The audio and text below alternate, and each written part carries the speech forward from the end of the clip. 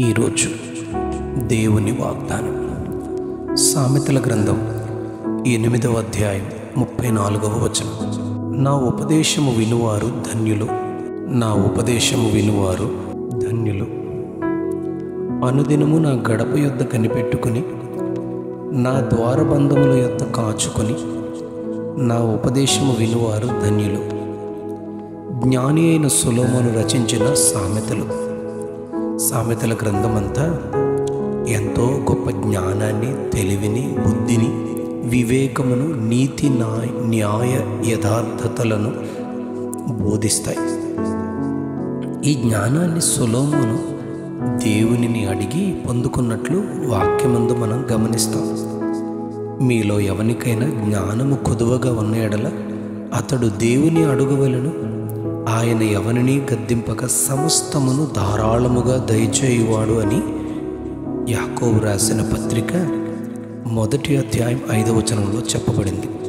8వ సామెత 32వ వచనంలో నా మాట ఆలకించి నా మార్గములను అనుసరించువారు ధన్యులు అని చెప్పబడింది. ప్రకటన గ్రంథం 1వ అధ్యాయం 3వ వచనంలో ఈ ప్రవచన వాక్యములను చదువువాడును, వాటిని విని ఇందులో వ్రాయబడిన సంగతులను గైకొనువారును ధన్యులు అని చెప్పబడింది. 128వ కీర్తన 1వ వచనంలో యెహోవా యందు భయభక్తులు కలిగి ఆయన త్రోవల యందు నడుచువారందరూ ధన్యులు అని సొలొమోను చెబుతాడు. 119వ కీర్తన 1వ వచనంలో యెహోవా ధర్మశాస్త్రమును అనుసరించి నిర్దోషముగా నడుచుకునివారు ధన్యులు అని చెప్పబడింది.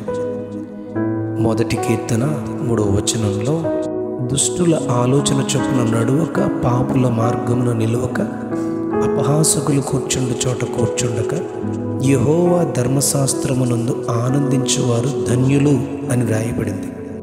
ఎవరు ధన్యులు అని మనం ప్రశ్నిస్తే ఈ విలువైన సమాధానం దేవుని వాక్యంలో ఉపదేశము వినువారు, ఆయన మార్గాలను అనుసరించువారు, గ్రంథాన్ని చదువువారు, వినువారు, గైకొనువారు, త్రోవలలో నడుచువారు, దివారాత్రము వాక్యమును ధ్యానించువారు ధన్యులని దేవుడు మనకు బోధిస్తున్నారు. దేవుని ఉపదేశము వినుట, అనుసరించుట ఎంతో ధన్యత అని చెప్పబడింది.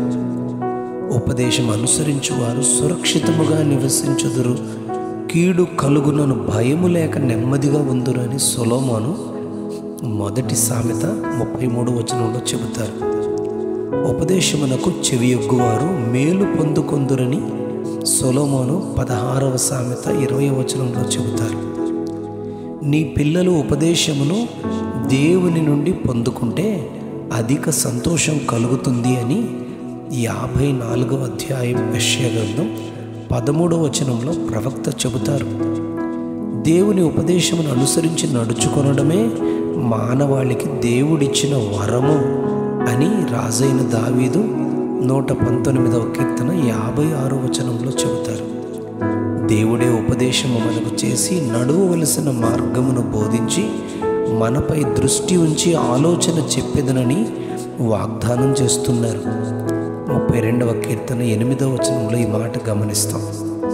దేవుడు కలుగు చేసిన పరలోకమును బట్టి సంతోషించుచు, నరులను చూచి ఆనందించుచు, దానిని పొందుకుని మార్గము ఉపదేశాన్ని అవలంబించి జ్ఞానులయుండి దేవునిని సేవించడమే అని 8వ సామెత 33వ వచనంలో చెప్పబడింది.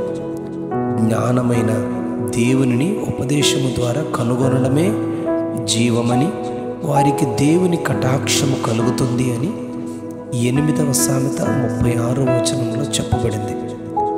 దేవుని ఉపదేశము విని అనుసరించి ధన్యుల మగుటకు ప్రభువు మనకును సహాయము చేయునుగాక. Amen, amen, amen.